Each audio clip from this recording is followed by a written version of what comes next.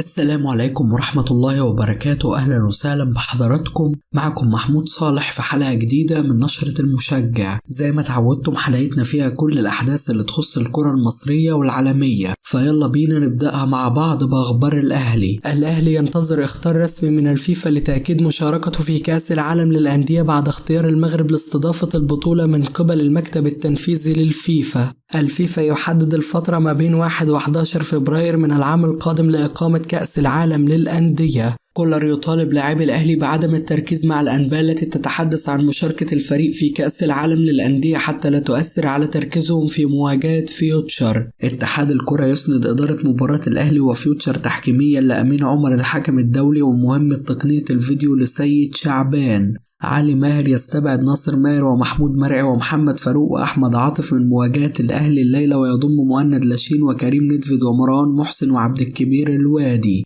الشناوي يفوز بجائزة أفضل لاعب في الجولة الرابعة من مسابقة الدوري ليؤكد على هيمنة لاعبي الأهلي على الجائزة. الصحافة السعودية: شروط الأهلي المالية دفعت إدارة الباطن لصرف النظر عن التعاقد مع محمد مجدي أفشة في يناير.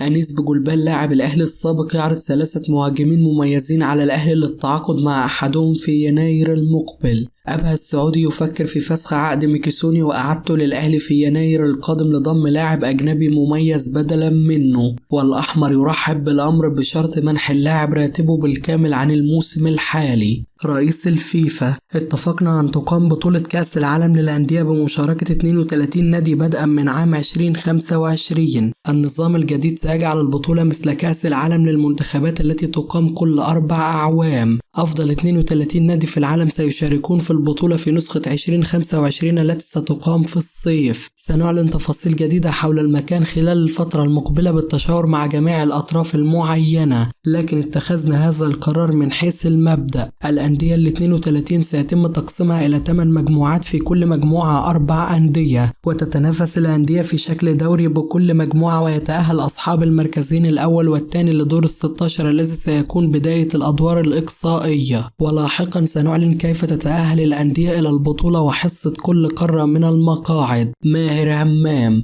هناك سوء حظ غريب يواجه بيرسي تاو مع الأهلي في الفترة الأخيرة، ومارسيل كولر المدير الفني لن يتحمل كثرة غيابات اللاعب الذي شارك في مباريات قليلة. الأهلي غير محظوظ في اللاعبين الأفارقة. بيرسي تاو لاعب جيد والفريق في حاجة لمهاجم سوبر. أتمنى من لجنة التخطيط سرعة ضم بديل مميز. هناك ترشيحات عديدة من أنجولا وجنوب أفريقيا للاعبين آخرين، وهذا هو الاحتراف. الأهلي لن يصبر كثيرا. محمد مجدي أفشة قالب وشه وتأثر بشكل نفسي كبير منذ تواجد كروش في منتخب مصر واستبعاده وقتها. وكولر يريد لاعبين جاهزين ومؤثرين. صانع الألعاب مركز حيوي داخل الفريق، وأنا مؤيد لرحيل اللاعب. لدينا بدائل عديدة مثل برونو سافيو ومحمد محمود وعمار حمدي من اللاعبين البدلاء في مركز صانع الألعاب أيضا. محمود حمادة لاعب فاركو ومروان عطية لاعب الاتحاد السكندري من أفضل اللاعبين الذين أتمنى ضمهم للأهلي، كما أتمنى ضم محمد علي بن رمضان لاعب الترجي التونسي. مواجهة الأهلي ضد فيوتشر ستكون صعبة للغاية في وجود علي ماهر المدرب المميز،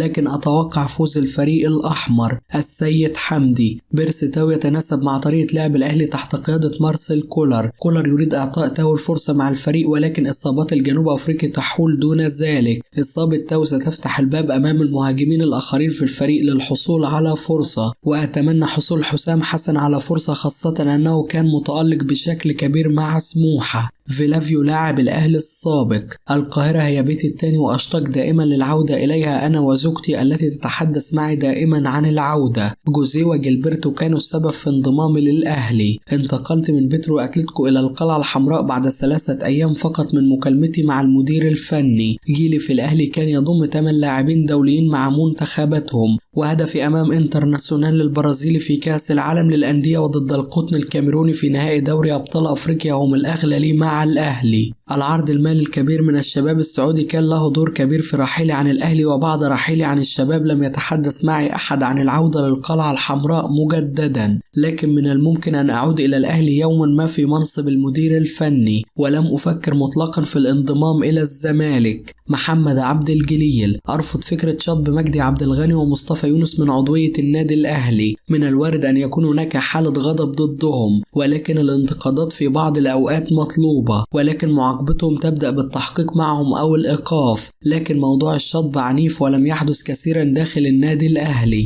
أخبار الزمالك: اتحاد الكرة يسند مهمة إدارة مباراة الزمالك والبنك الأهلي تحكيمية لنادر أمر الدولة ومهمة تقنية الفيديو لمحمود الدسوقي. مرتضى منصور: محمود علاء لاعب مميز للغاية ويمتلك إمكانيات رائعة، وكنت أرفض تماما رحيل اللاعب، ولكن رغبة اللاعب في الرحيل حسمت الأمر. مجلس إدارة الاتحاد السكندري يجب أن يدعم اللاعب ويسانده ضد هجوم وسخرية الجماهير منه، وفي حال لم يتم حمايته سوف أعيد اللاعب للزمالك مجددا. محمود علاء ابن من أبناء الزمالك ولا يجوز السخرية والتقليل منه. سوف نحدد سعر تذاكر مباريات الفريق في دوري أبطال أفريقيا ب20 جنيه فقط، وأناشد المسؤولين بالموافقة على وجود 30 أو 40 ألف مشجع للفريق في الملعب. من الصعب تحديد سعر تذاكر مباريات الزمالك في الدوري ب20 جنيه، لأن رابطة الأندية هي المسؤولة عن سعر وبيع تذاكر مباريات الدوري عكس مباريات دوري الأبطال. جمهور الزمالك هو السبب في فرق الرعاية بين الأهلي والزمالك،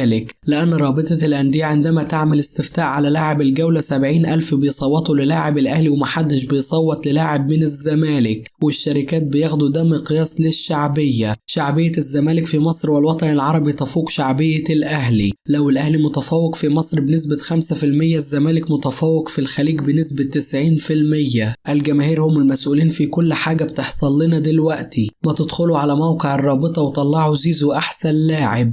أخبار الكرة المصرية: استمرار استبعاد عبد الله السعيد من مباريات بيراميدز يؤكد على زيادة توتر العلاقة بينه وبين مدرب الفريق تاكيس جونياس. رضا عبد العالي يرشح محمود طاهر رئيس النادي الأهلي السابق وطاهر أبو زيد وزير الرياضة السابق لتولي منصب رئيس الجبلية بدلا من جمال علام بعد كثرة أزمات مجلسه. أخبار عالمية: رئيس فرنسا يدعو بنزيما لحضور نهائي كأس العالم 2022 من الملعب. الصحافة الأرجنتينية تؤكد جاهزية ميسي لنهائي المونديال رغم تغيبه عن المران أمس. توتنهام يتحرك لضم المغربي سفيان مرابط من فيورنتينا بعد مستواه الخرافي في كأس العالم.